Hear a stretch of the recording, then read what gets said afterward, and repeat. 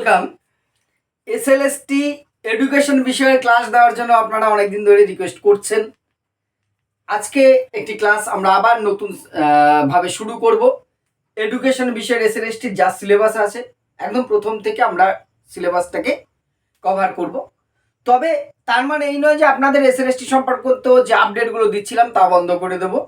যেমন আপডেট আসবে, আমি যেমন আগামীকালই আপনাদের নিশ্চয়ই কিছু আপডেট জোগাড় করছি, সেগুলো আগামীকাল দেবো। এরকম একদিন পর পর অবশ্যই আপনাদের আপডেটগুলো আমি দিতে থাকবো। বা আপনাদের ইন্টারভিউ যাদের বাকি আছে, ইন্টারভিউয়ের নোটিফিকেশন আসলে সেই সংক্রান্ত কোনো টিপস, সেইগুলো যেমন এই ইউটিউব চ্যানেলে পাচ্ছিলেন আমার তরফ থেকে, সেইগুলো থাকবে। আজকে আমরা এডুকেশন বিষয়ের একটি ক্লাস, একদম বেসিক ক্লাসটা বিষয়টা আর একবার ঝালিয়ে নেব। ক্লাস আমি বলবো না, একবার ঝালিয়ে নাও, কারণ আপনারা যারা ক্লাসটা দেখছেন তারা সবাই এডুকেশনের মানে যথেষ্ট দক্ষ, অনেকেই আমার থেকে ভালো জানেন বা বোঝেন। তবু আসুন আমরা একবার ছাড়িয়ে নিই আমাদের জানা জিনিসগুলো। শিক্ষার ধারণা বা শিক্ষার অর্থ, মিনিং অফ এডুকেশন, সেইটা আজকে আমরা দেখব। এডুকেশন বা শিক্ষা, যেটার বিষয় আমাদের সাবজেক্ট, আমরা জানি আমাদের একদম বেসিক লেভেলে ক্লাস 11-এ যখন আমরা এডুকেশন পড়াটা শুরু করেছি, এইটা দিয়েই শুরু হয়েছে। বা যারা পরবর্তীকালে বিএডে বা এমএডে যে শুরু করেছেন বিএড স্তর থেকে, তারাও এটার থেকে শুরু করেছে আমরা শিক্ষার ধারণা। শিক্ষা কি, তার উৎপত্তি কোথা থেকে, সেই সম্পর্কে কিন্তু এসএলএসটি বলুন বা অন্য যে কোনো স্তরে কিন্তু বেসিক কোশ্চেন থাকে। শিক্ষার ধারণা বা উৎস যদি আমরা দেখি, আমরা বাংলায় এই যে শিক্ষা কথাটা দেখছি, আমরা জানি বাংলা বহু শব্দই বা বেশিরভাগটাই, হয়তো আমি ভাষাবিদ নই, তবুও সংস্কৃত বিভিন্ন ধাতু থেকে এসছে আমরা জানি। এই শিক্ষা যে কথাটি, এইটা এসছে একটা সংস্কৃত ধাতু থেকে। শিক্ষা কথাটি এসছে সংস্কৃত শ্বাস ধাতু থেকে। শ্বাস, শ্বাস কথার অর্থ কি? এই নিঃশ্বাস, শ্বাস প্রশ্বাস, সেই শ্বাস নয়। সংস্কৃত এই শ্বাস ধাতুর বাংলা করলে দাঁড়ায় শাসন করা বা শৃঙ্খলিত করা। শাসন করা, ডিসিপ্লিন, অর্থাৎ এই অর্থে, অর্থাৎ শিক্ষা কথাটার যদি আমরা বুৎপত্তি মানে কোথা থেকে উৎপত্তি হয়েছে সেই অর্থটা খুঁজি, তাহলে শিক্ষা কথার অর্থ হচ্ছে শাসন করা, ডিসিপ্লিন করে রাখা কাউকে, শৃঙ্খলিত করা কাউকে, শৃঙ্খলিত করা। অর্থাৎ শিক্ষা কথার তাহলে অর্থটা যদি এই অর্থে দেখি, শিক্ষা যে এসছে, শিক্ষা কথার মানে সঠিক যদি উৎপত্তিগতভাবে অর্থ দেখি, শাসন করা বা শৃঙ্খলিত করা, ডিসিপ্লিন শেখানো। আবার এই শিক্ষা কথাটির একটি প্রতিশব্দ আছে যেটা বেশি আমরা ব্যবহার করি। আর শিক্ষা কথাটির প্রতিশব্দ আমরা বলি না বিদ্যা। শিক্ষা গ্রহণও হয়, আবার বিদ্যা গ্রহণও হয়। মোটামুটি সমার্থক শব্দ শিক্ষা কথারই বিপরীত শব্দ, সমার্থক শব্দ হচ্ছে বিদ্যা। বিদ্যালয়ে বলি, বিদ্যা গ্রহণ বলি। বিদ্যা কথাটা কোথা থেকে? সে বিদ্যাও কথাটাও এসছে একটা সংস্কৃত ধাতু থেকে। সেই কথাটা হচ্ছে বিদ, বিদ ধাতু থেকে। বিদ ধাতু থেকে এসে এর বাংলা করলে দাঁড়ায়, বিদ কথার অর্থ হচ্ছে জানা বা অবগত হওয়া। জানা বা অবগত, টু নো, টু নো, জানা বা অবগত হওয়া হচ্ছে বিদ কথার অর্থ। অর্থাৎ বিদ্যা কথাটি এসছে বিদ ধাতু থেকে, যার অর্থ জানা বা অবগত হওয়া। তাহলে শিক্ষা কথার দুটো দিক বাংলায় পেলাম। শিক্ষা কথা এসে শ্বাস ধাতু থেকে, বিদ্যা কথাটি এসছে বিদ ধাতু থেকে। অর্থাৎ শাসন করা বা শৃঙ্খলিত করা, জানা বা অবগত হওয়া। আমরা খুব স্বাভাবিকভাবে একটা জিনিস বুঝতে পারছি, আমরা শিক্ষা বিজ্ঞানের যতটুকু আমরা বুঝি সেখান থেকে, যে এই দুটোর মধ্যে শিক্ষা আর বিদ্যা, তার যা অর্থ পেলাম, আধুনিক শিক্ষাবিদগণ শিক্ষাকে কোনটাকে বেশি গ্রহণযোগ্য মনে করবেন এর মধ্যে থেকে? শিক্ষা মানে শাসন করা, শৃঙ্খলিত করা, না শিক্ষা মানে জ্ঞান আহরণ, জানা, নতুন কিছু অবগত হওয়া, টু নো? কোনটাকে? একদম পারফেক্ট, আপনারা যেটা ভেবেছেন একদম ঠিক, যে এইটার থেকে কিন্তু এইটার দিকেই পাল্লাটা ভারী। অর্থাৎ এইখান থেকে আমরা পরে দেখব শিক্ষার দুটো অর্থ ভাগ হয়ে যাবে। তার আগে আমরা ইংরাজিতে শিক্ষার যে বিভিন্ন মিনিংগুলো আছে, যে অর্থগুলো আছে, সেগুলো একটু জানবো। তাহলে শিক্ষা কথাটি কোথা থেকে এসে? সংস্কৃত শ্বাস ধাতু থেকে, যার অর্থ শাসন করা বা শৃঙ্খলিত করা। বিদ্যা কথাটি এসে বিদ ধাতু থেকে, যার অর্থ জানা বা অবগত হওয়া। এইবার যেটা শিক্ষা কথার ইংরাজি প্রতিশব্দ, আমরা খুব হামেশাই যেটা ব্যবহার করে থাকি, শিক্ষা কথাটার ইংরাজি প্রতিশব্দ এই যে এখানে লেখা আছে এডুকেশন। মোটামুটি অন্তত আমার জানা সব কটা ভাউল আছে, A E I O you সব কটা ভাউল আছে এই এডুকেশন। হয়তো আরো শব্দ নিশ্চয়ই আছে, এডুকেশন কথাটাই আছে, খুব স্ট্রং একটি ওয়ার্ড। আমরা জানি একটি ওয়ার্ড লিখতে গেলে একটি অন্তত ভাউল লাগে, এখানে 5টা ভাউলই আছে, A E I O U, education. এই জন্যই শিক্ষা বিষয়টা এতটা ভারী, এতটা ওজনদার, তাই নয় কি? এডুকেশন শিক্ষা, ইংরাজি এই শিক্ষা কথাটা কোথা থেকে এসে, এই নিয়ে বিভিন্ন মতবাদ আছে। বিভিন্ন ভাষাবিদ বিভিন্ন রকম ভাবে ব্যাখ্যা দিয়েছেন, বিভিন্ন শিক্ষাবিদ বিভিন্নভাবে ব্যাখ্যা দিয়েছেন। কেন ভাষাবিদ শিক্ষাবিদ আনলাম? শিক্ষাবিদরা তাদের মতন করে যেমন বলেছেন, ভাষাবিদরা ভাষার ব্যাখ্যা দিতে যেও বলেছে, এডুকেশন কথাটা কোথা থেকে এসে সেটা নিয়ে। একদল শিক্ষাবিদ ভাষাবিদরা মনে করেন যে শিক্ষা কথাটা এসছে, এডুকেশন কথাটা এসছে এডু কেয়ার থেকে, ইডিইউ সি এ আর ই, সি এ আর ই। এতটা জোর দিচ্ছি তার কারণ আছে। এডুকেশন শব্দটা এসছে এডু কেয়ার থেকে। এডু কেয়ার কথার অর্থ কি? প্রতিপালন করা, পরিচর্যা বা প্রতিপালন বা পরিচর্যা করা, নার্সিং যেটাকে আমরা বলি। এডু কেয়ার কথার অর্থ হচ্ছে to bring up, to bring up. অর্থাৎ আমরা যখন একটা ছোট্ট চারা গাছকে রোপণ করি বাড়িতে, ফুলের গাছ হোক কোনো ফলের গাছ হোক, বুনে রাখলাম, ব্যাস যা বাবা আজকে বুনে রাখলাম, মোটামুটি দাদা কতদিন পরে এটার ফল দেবে? 5 বছর পরে। বুনে রেখে দিলাম, 5 বছর পরে চলে গেলাম ফল পাড়তে, সে আশা খুব কম। সঠিকভাবে তাকে কি করতে হয়? নার্সিং করতে হয়, আগাছা না ছায় সেটাকে পরিষ্কার করতে হয়, জল দিতে হয়, প্রয়োজনে জৈব বা রাসায়নিক সার দিতে হয়, সেটা ছাগলে না খায় একটু ঘিরে দিতে হয়। যেমন একটা মানব শিশু ভূমিষ্ঠ হলে তাকে বড় করে, যে আমরা প্রত্যেকে বড় হয়েছি, আমাদের মা অথবা পরিবারের মানুষজন অথবা যৌথভাবে আমাদেরকে অনেক যত্ন করেছে, পরিচর্যা করা, এটাই পরিচর্যা করা, প্রতিপালন করা।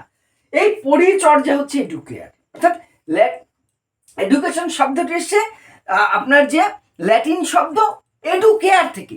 ল্যাটিন ভাষায় এডুকেয়ার কথার অর্থ হচ্ছে প্রতিপালন করা।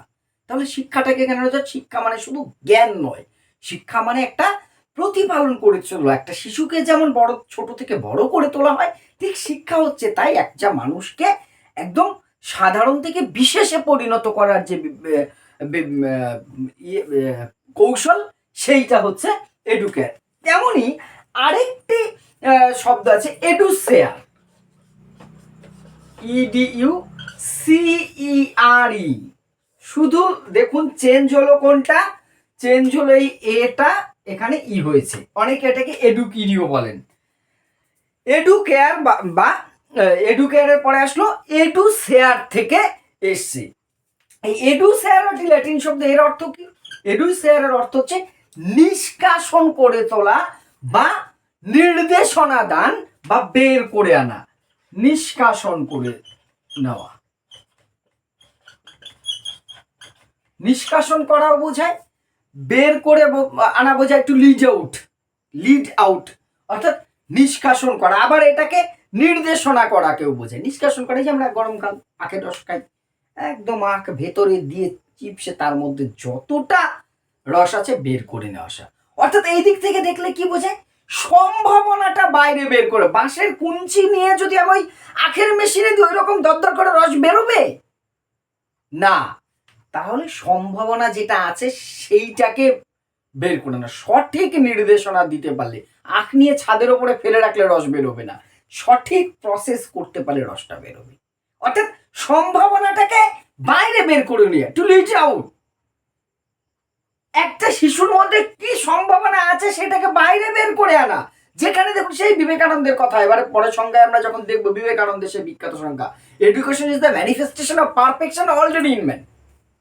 শিক্ষা হলো ম্যানিফেস্টেশন করা কিসের? পারফেকশন, শিশুর অন্তর্নিহিত মহত্বের বহিঃপ্রকাশ। মিল পাচ্ছি কোথাও? এডুসেয়ার অর্থাৎ একজনের ব্যক্তির মধ্যে যে সম্ভাবনাগুলো আছে তাকে বাইরে বের করে নেওয়ার প্রক্রিয়াটাকে বোঝাচ্ছে ল্যাটিন ভাষায় এডুসেয়ার। অনেকে বলছে যে এই এডুসেয়ার থেকে এডুকেশন কথাটি এসছে। আবার অনেকে বলছেন না, এডুকেশন শব্দটি এসছেন এডুকেটম থেকে। এবার আরো কয়েকটি বলবো, আপনারা অনেকে বলতে পারেন স্যার কোনটা এর মধ্যে পারফেক্ট? সব কটা পারফেক্ট। প্রথমেই বলেছি সেটা এক একজন ভাষাবিদ এক একজন শিক্ষাবিদ এক একভাবে ব্যাখ্যা করছেন। এডুকেটম, এডুকেটম কথাটির অর্থ কি? এডুকেটম কথা হচ্ছে টিচিং বা শিক্ষাদানের কাজকে বোঝায়, শিক্ষাদানের কাজকে বোঝায় এডুকেটম, অনুসন্ধানকেও বোঝায় এডুকেটম, ল্যাটিন শব্দ এডুকেটম থেকে এসছে। আবার অনেকে বলছেন যে না, এডুকেশন শব্দটি এসছে এডুকো,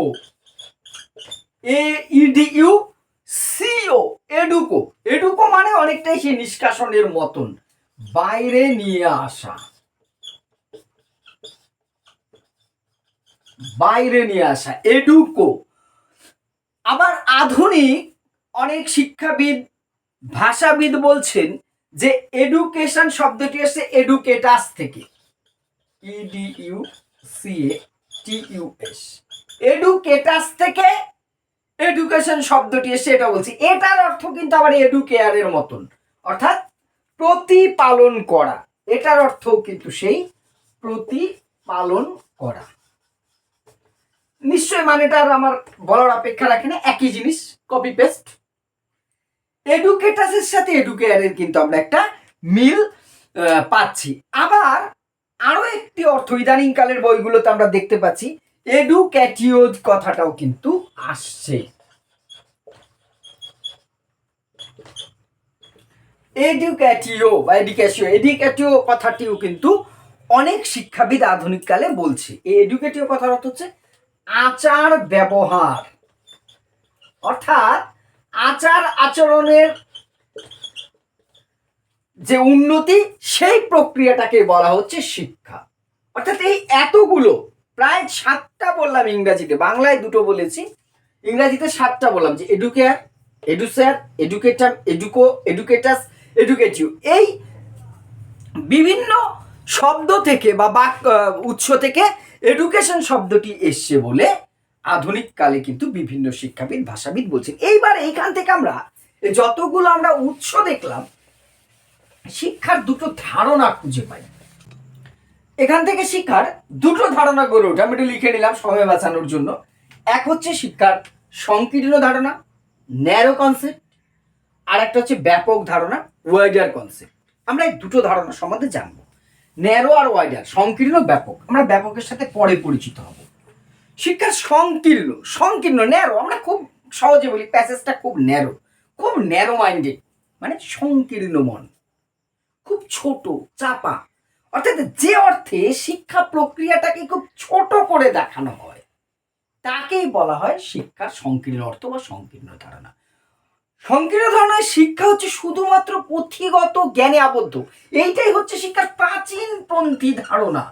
প্রাচীন ধারণায় শিক্ষাকে কি মনে করা হয়? প্রাচীন ধারণা মানে সে মোগল আমলে কি ছিল সেটাই প্রাচীন, মৌর্য যুগে কি ছিল সেইটা না, বর্তমান কালেও আছে, আমাদের মধ্যেও যে ধারণাটা আছে কিন্তু প্রাচীনপন্থী।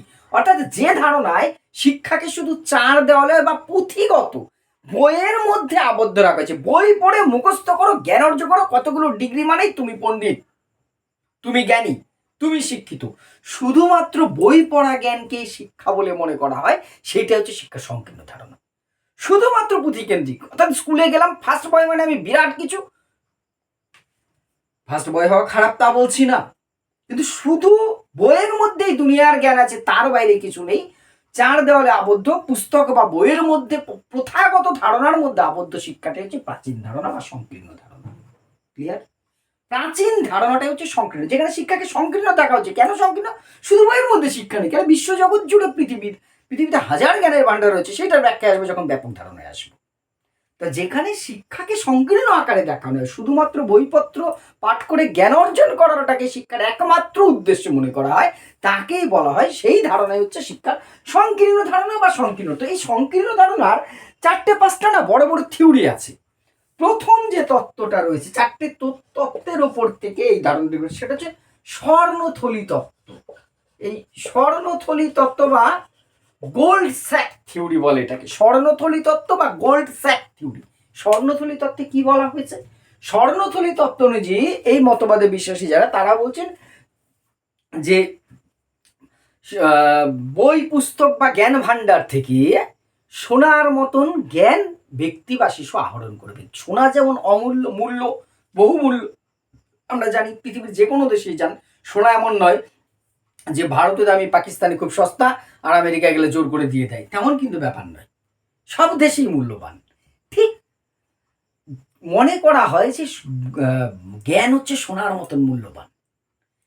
ঠিক সেই সোনা অর্জন করা পুস্তক বা জ্ঞান ভাণ্ডার থেকে শিক্ষার্থী সোনারূপ যে শিক্ষা সেটা শিক্ষার্থী পাবে। এই ধারণাটাকে বলা হচ্ছে স্বর্ণথলি তত্ত্ব বা গোল্ড স্যাক থিওরি। সেখানে যে পাইপলাইন থিওরি একটা তত্ত্ব আছে, এই পাইপলাইন থিওরিও কিন্তু আসে কিন্তু প্রশ্নগুলো একটু আমাদের এগুলো দেখে রাখতে হবে, জেনে রাখতে হবে বিষয়টা সংক্ষেপে।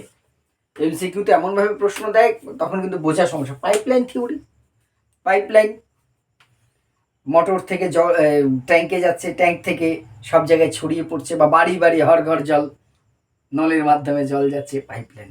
ঠিক শিক্ষা ওই পাইপের মধ্যে দিয়ে আসবে। আর বাবা পাইপের মধ্যে দিয়ে আসবে মানে ছাত্রদের মাথা সে পাইপ সেট করে দিতে হবে না, সেটা নয়। এই ধারণায় বলছে যে পাইপ দিয়ে যেমন জল যায় ঠিক সেই রকম জ্ঞান শিক্ষকের কাছ থেকে, পাঠ্যপুস্তকের কাছ থেকে শিক্ষার্থীর মধ্যে আসবে। অর্থাৎ শিক্ষার্থী কিছু বোঝে না, শিক্ষার্থী কিছু বোঝে না। শূন্য কলস তত্ত্ব এটাকে বলা হয়, কিন্তু শূন্য কলস তত্ত্ব বলা হয় পাইপলাইন থিওরিটাকে। অর্থাৎ একটা শূন্য কলসি থাকলে একটা ভরা কলস থেকে যেমন জল ঢেলে দেওয়া যায়, একটা কলসি ভর্তি জল আছে, একটা ফাঁকা কলসি আছে, সেটা থেকে জল ঢেলে ফাঁকা কলসিটা কেবল ভরে যাবে। ঠিক তেমনই তোমার যে পাইপলাইন থিওরিটা, সে একই জিনিস, যে শিক্ষার্থী কিছুই জানে না, সে হচ্ছে শূন্য জ্ঞান শিক্ষক বা পাঠ্যপুস্তক থেকে সে পাইপের মধ্যে যেমন জল আসে সেই রকম আসবে। এইটাকেই বলা হচ্ছে পাইপলাইন থিওরি। নেক্সট হচ্ছে আরেকটা আছে আহরণ তত্ত্ব। চারটে অনেকগুলো তত্ত্ব আছে, তার মধ্যেই এই কটা আমরা আজকে জানবো। মানে এই তত্ত্বে কি বলা হচ্ছে, আহরণ তত্ত্বে বলছে কতগুলো নির্দিষ্ট জ্ঞান আহরণ করতে পারাটাই একমাত্র শিক্ষা। ন্যায়, কাব্য, দর্শন, শাস্ত্র, গণিত, যেমন আমাদের মধ্যে ধরা হচ্ছে অঙ্ক, ইংরাজি। কত পেয়েছিস? এত। অঙ্ক ইংরাজিতে কত? অর্থাৎ সাবজেক্ট দুটোই, বাকিগুলো ফ্রি, কোনো ব্যাপার না। তার বাইরে অঙ্ক ইংরেজি বাইরে কোনো সাবজেক্ট নেই। এই যে এইরকম ধারণা প্রাচীনকাল থেকে আছে। বেশ কিছু অঙ্ক ইংরেজির সাথে আমার কোনো বৈরিতা নেই, আমি না একটু দুর্বল, সেটা আলাদা বিষয়। যে শুধুমাত্র নির্দিষ্ট কতগুলো বিষয়ে জ্ঞান আহরণ করতে পারলেই শিক্ষার্থী পণ্ডিত, এই যে এই ধারণাটা করে ওঠা, এইটাও কিন্তু একটা সংকীর্ণ ধারণা। যে নির্দিষ্ট কতগুলো এই যে অ্যাট্রেশন করা বা আহরণ করা, তার মধ্যেই শুধুমাত্র জ্ঞান সীমাবদ্ধ, সেইটাকে বলা হচ্ছে আহরণ তত্ত্ব। তিনটে গেল। আরেকটা হচ্ছে মানসিক উৎকর্ষণের তত্ত্ব। মানসিক উৎকর্ষণ তত্ত্ব বা থিওরি অফ মেন্টাল ডিসিপ্লিনিং, এই তত্ত্ব এটাও একটা হচ্ছে সংকীর্ণ অর্থে ধারণার একটি গুরুত্বপূর্ণ পাঠ। এখানে বলা হচ্ছে কি, কয়েকটি বিষয় যদি বারবার অনুশীলন করা যায় তাহলেই মনের উন্নতি হয়, শিক্ষার লাভ হয়। অর্থাৎ কয়েকটি বিষয়কে বারবার যদি অনুশীলন করা হয় তাহলেই শিক্ষার্থীর উন্নতি ঘটে। এই সংকীর্ণতা ধারণার চারটে মূল এই তত্ত্ব রয়েছে: স্বর্ণতরী তত্ত্ব, gold sack theory, pipeline theory, শূন্য কলস তত্ত্ব, আহরণ তত্ত্ব, আর হচ্ছে মানসিক উৎকর্ষণের তত্ত্ব, theory of mental discipline activation. এই যে চারটে থিওরি, এইখান থেকে একটা বিষয় হচ্ছে ফ্রেডরিক হারবার্ট, যার নাম আমরা আগেও শুনেছি, পরে অনেকবার আমরা হয়তো শুনবো। তার কিন্তু একটা বিখ্যাত এইখানে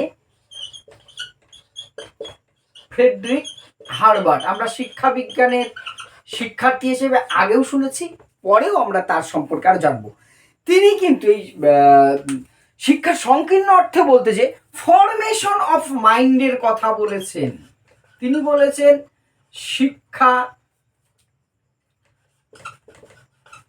ফরমেশন অফ মাইন্ড, শিক্ষা কি করবে, মনের পুনর্গঠন করবে, ফরমেশন করবে। শিক্ষা মনের পুনর্গঠন করাই হচ্ছে শিক্ষার উদ্দেশ্য। অর্থাৎ শুধুমাত্র ব্যক্তির মানসিক কতগুলো গুণকেই তিনি গুরুত্ব দিয়েছেন শিক্ষার মধ্যে, ফরমেশন অফ মাইন্ড। তিনি একটি বিশেষ তত্ত্বের কথা এখানে কিন্তু উল্লেখ করেছেন, অ্যাপারসেপশন। পারসেপশন তো আমরা পড়েছি,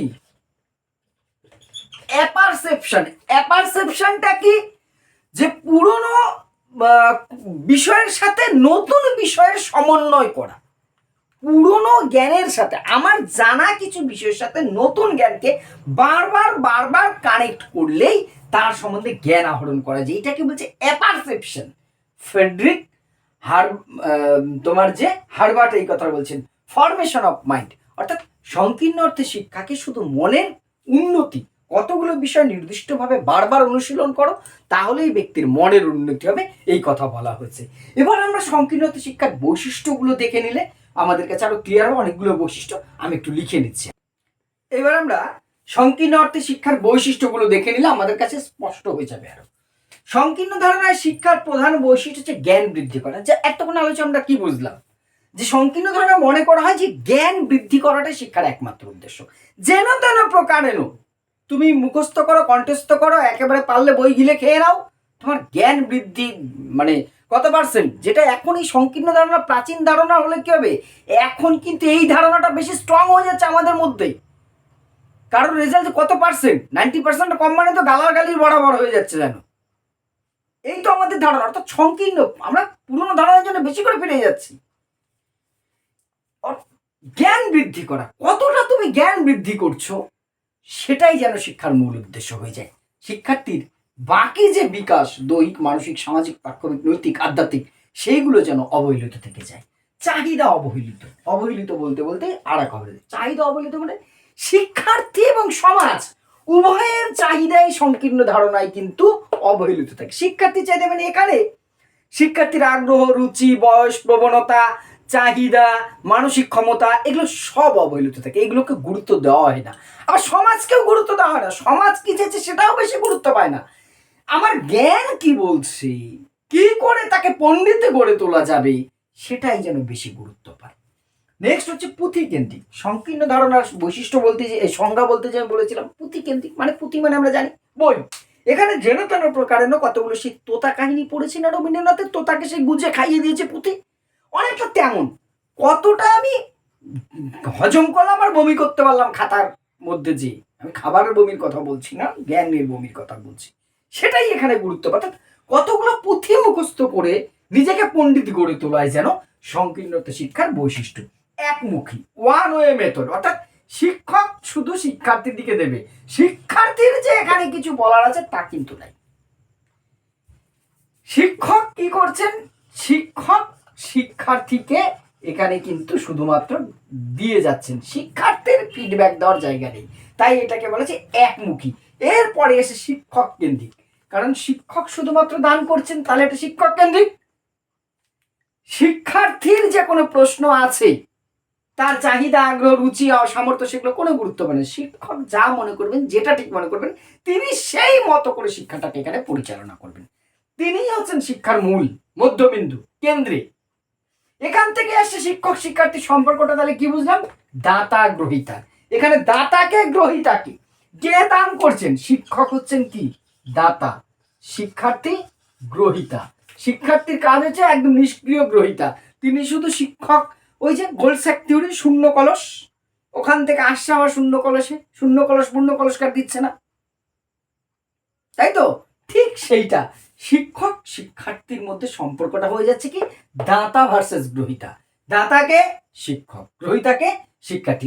অপরিবর্তনীয়, অপরিবর্তনীয় মানে এই সংকীর্ণ ধারণায় শিক্ষাটা একটা অপরিবর্তনীয়, একই রকম বাধা ধরা গদে চলবে, চলছে, সমাজ চলে যাক, পৃথিবী উচ্ছন্নে যাক, সব ঘুরে যাক, আমরা, আমার ঠাকুরদা যা পড়েছে, বাবা তা পড়েছে, আমি তা পড়ছি, আমার 14 পুরুষ পরেও এই একই জিনিস পড়বে, শিক্ষার কোনো হেরফের করা যাবে না, সেটা হচ্ছে অপরিবর্তনীয়।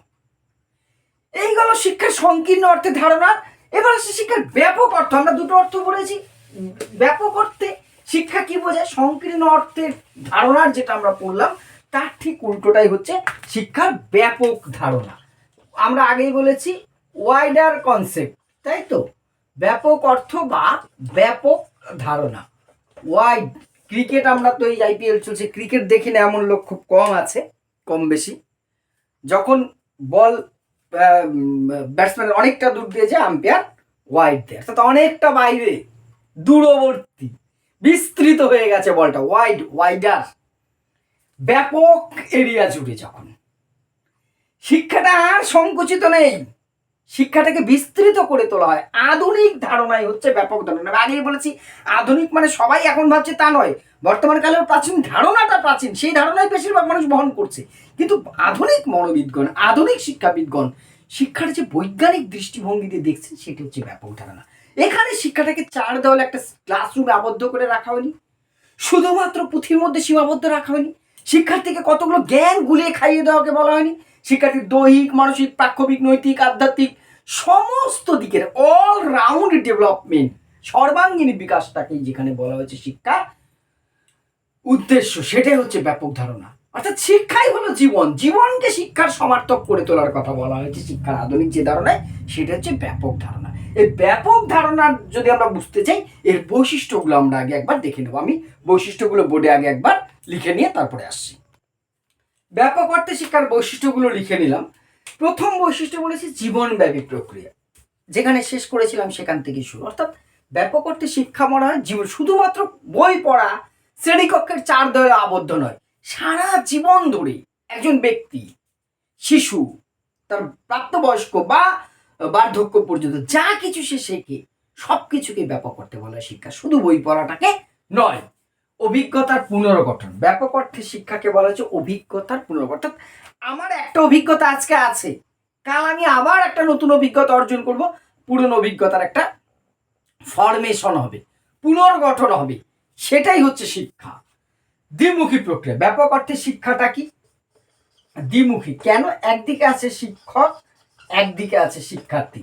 শিক্ষক যেমন শিক্ষার্থীকে তার জ্ঞান আহরণ করবে, শিক্ষার্থী তার প্রশ্ন করবে, পারস্পরিক আদান প্রদানের মধ্যে দিয়ে। অর্থাৎ এখানে শিক্ষক দাতা, শিক্ষার্থী গ্রহীতা তা হবে না, পারস্পরিক আদান প্রদান বা মিথস্ক্রিয়া, ইন্টারাকশন, তার মধ্যে দিয়ে শিক্ষা প্রক্রিয়াটা পরিচালিত হবে। চাহিদা নির্ভর, কার চাহিদা নির্ভর? শিক্ষার্থীর চাহিদা নির্ভর, এবং অবশ্যই সমাজ, শিক্ষার্থীর আগ্রহ, রুচি, চাহিদা, তার মানসিক শক্তি, সব কিছুকে গুরুত্ব দিয়ে এখানে শিক্ষাদান করা হবে। পরিবর্তনশীল, ব্যাপক করতে বলেছে সমাজ, ব্যক্তি, তার প্রয়োজন অনুযায়ী শিক্ষা পরিবর্তিত। ওই আগে কি চলে এসে সেই ধারণা বসে দেয়, এখন কি দরকার, পরিস্থিতি কি বলছে, সে অনুযায়ী পরিবর্তনশীল হবে। বিকাশের প্রক্রিয়া, ব্যাপক অর্থে শিক্ষাকে বলা হয় এডুকেশন হচ্ছে একটা ডেভেলপমেন্টের প্রক্রিয়া। শিক্ষাই হচ্ছে বিকাশ, শিক্ষার মধ্যে দিয়ে শিক্ষার্থীর অলরাউন্ড বিকাশ ঘটে, দৈহিক, মানসিক, বৌদ্ধিক, নৈতিক, আধ্যাত্মিক, সামাজিক সমস্ত দিকের বিকাশ ঘটানোই হচ্ছে শিক্ষা। সংগতি বিধান প্রক্রিয়া, সংগতি বিজ্ঞান, বিধান মানে অ্যাডজাস্টমেন্ট, অর্থাৎ আমাকে প্রতিটা সময় কিন্তু সমাজের সাথে, পরিবেশের সাথে কি করতে হয়? সংগতি বিধান করতে চলতে, মানিয়ে চলতে হয়। আমরা সেই ডারউইনের তত্ত্ব বলেছি, যারা মানিয়ে চলতে পারবে সে পরিবেশের সাথে থাকতে পারবে, না হলে তার কিন্তু পরিবেশের সাথে স্থায়ী হতে পারবে না। শিক্ষা কি করবে? সংগতি বিধানে সাহায্য করবে, অ্যাডজাস্টমেন্টে সাহায্য করবে। বাঙালি, ইংরেজি আমরা ভালো বুঝি, অ্যাডজাস্টমেন্ট করতে সাহায্য করবে হচ্ছে শিক্ষা। এগুলো শিক্ষার ধারণা। প্রাথমিকভাবে আমরা গেলাম, পরবর্তী দিনে আমরা আবার এই সিলেবাসটা ধরে ধরে আমাদের যেমন পরপর আছে, আমি চেষ্টা করবো সমস্ত সিলেবাসটাকে কভার করতে। ক্লাস কেমন লাগছে, আমার ভুল ত্রুটি, আপনাদের মতামত অবশ্যই কমেন্ট বক্সে জানাবেন। ধন্যবাদ।